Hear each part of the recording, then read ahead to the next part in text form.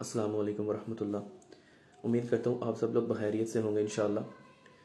اور first of all تو آپ سب کو عید الفطر 2024 بہت بہت مبارک۔ اچھا، یہ ویڈیو میں پہلے ہی بتا دوں تھوڑی لمبی ہو جائے گی، اور میری آپ سے درخواست ہے کہ آپ نے یہ ساری ویڈیو اینڈ تک دیکھنی ہے، کیونکہ جو میرا میسیج ہے اس ویڈیو میں، اگر آپ نے اسے اینڈ تک نہ دیکھا تو آپ کو سمجھ نہیں آ پائے گا کہ what actually I want to say، میں کیا کہنا چاہ رہا ہوں۔ اور اس ویڈیو کا جو آغاز ہے وہ میں ایک سٹیٹمنٹ سے کرنا چاہوں گا۔ اب وہ میری ذاتی رائے ہے، میرا اپنا اوپینین ہے، آپ اس سے اختلاف کر سکتے ہیں، ٹھیک ہے، لیکن اگین میں چاہوں گا کہ آپ ساری ویڈیو دیکھیں تاکہ آپ کو میری اس سٹیٹمنٹ کو اچھے سے سمجھ پائیں۔ وہ سٹیٹمنٹ یہ ہے کہ مجھے نہیں لگتا کہ ہم مسلمان اس سال عید الفطر 2024 سیلیبریٹ کرنا ڈیزرو کرتے ہیں۔ مجھے یہ نہیں لگتا پرسنلی۔ اب یہ میرے ذہن میں خیال کہاں سے آیا؟ بہت ٹائم سے تھا ایکچولی، کہ مجھے نہیں لگتا کہ ہم کوئی خوشی بھی ڈیزرو کرتے ہیں بحیثیت مسلمان۔ تھوڑی دیر پہلے جب میں کھانا کھانے بیٹھا تو میری عادت ہے میں فون سکرول کرتا رہتا ہوں اکثر نا، ٹویٹر، ٹک ٹاک، فیس بک یا یوٹیوب وغیرہ۔ تو حسب عادت I was scrolling YouTube while I was having lunch, تو میرے سامنے سے ایک ویڈیو گزری فلسطینی ایک بچے کی۔ وہ بچہ اپنی فیملی کے لیے کھانا لے کر جا رہا تھا، might be he was 7 to 8 years old۔ تو ایک برتن میں وہ کچھ کھانا وغیرہ لے کے جا رہا تھا، but that pot actually was too heavy for him to hold to lift up, تو اس کے ہاتھ سے وہ گر جاتا ہے، and he was crying badly, he was crying. Oh my God! I could not have a bite۔ میرے خلق سے جو نوالا میں لے رہا تھا وہ نہیں اتر پایا، لٹرلی وہ نہیں اتر پایا، اور I could not have even a sip of water or any drink۔ تو میرے دل میں یہی تب سے چل رہا ہے کہ کیا ہم واقعی اس کے حقدار ہیں کہ ہم یہ ساری خوشیاں منائیں اور ہم طرح طرح کے کھانے پکوان بنا کر کھائیں اور طرح طرح کے مشروبات پئیں، جبکہ ہمارے جو فلسطینی بہن بھائی ہیں they are being killed۔ ہماری بہنیں، بچے، مائیں، بڑے سب وہاں پہ مارے جا رہے ہیں۔ what are we doing؟ nothing۔ 57 مسلم ممالک، اور ہم کچھ نہیں کر سکتے سوائے ریزولوشنز پاس کروانے کے، اور جن پر ایکٹ ہی نہیں ہوتا۔ پرسنلی جب میں اپنی اس بے بسی کو دیکھتا ہوں تو مجھے اپنے وجود پہ غصہ آتا ہے کہ ہم اتنے بے بس ہو چکے ہیں کہ ہم سوائے دعا کے کچھ بھی نہیں کر سکتے، اور وہ دعائیں بھی ایسی ہیں کہ وہ قبول نہیں ہوں گی۔ اس کی ریزن کیا ہے؟ کہ اللہ پاک ان کی دعائیں قبول کرتے ہیں جو ایفرٹ کرتے ہیں۔ اللہ نے اس دنیا کو اسباب کے ساتھ جوڑا ہوا ہے، سورہ مائدہ آیت نمبر 2 کے تحت، وَتَعَاوَنُوا عَلَى الْبِرِّ وَالتَّقْوَىٰ وَلَا تَعَاوَنُوا عَلَى الْإِثْمِ وَالْعُدْوَانِ کے تحت، نیکی اور پرہیزگاری کے کاموں میں ایک دوسرے کی ہیلپ کرو اور برائی میں الگ رہو۔ اب جب ہم کچھ کر ہی نہیں رہے تو مجھے نہیں لگتا کہ ہماری دعائیں بھی اللہ پاک قبول فرمائیں گے، اور یہی دستور ہے۔ جب تک آپ ایفرٹ نہیں لگائیں گے دعاؤں کا کوئی اثر نہیں ہے۔ اور اس میں قصور کس کا ہے؟ ایک تو ہمارا اپنا، دوسرا ان دین کے ان ٹھیکیداروں کا جنہوں نے ہمیں اسلام کا غلط پہلو سکھایا۔ انہوں نے ہمیں اوریجنل اسلام پریچ نہیں کیا کہ ایکچولی میں دین اسلام کیوں آیا تھا۔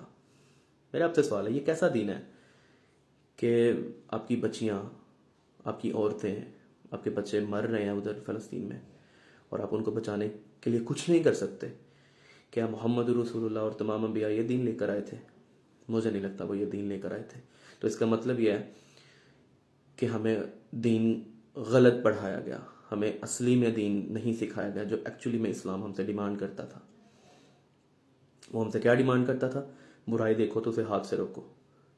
آئی نو ہم پاور میں نہیں ہیں، میں اور آپ حکومت میں نہیں ہیں، ہمارے پاس اختیارات نہیں ہیں، ہم پرسنلی شاید کچھ نہیں کر سکتے، لیکن ہم آواز اٹھا سکتے ہیں، ہم ایجوکیٹ کر سکتے ہیں، ہم اپنے ارد گرد لوگوں کو اویئر کر سکتے ہیں کہ ایکچولی میں یہ مسئلہ ہے کیا۔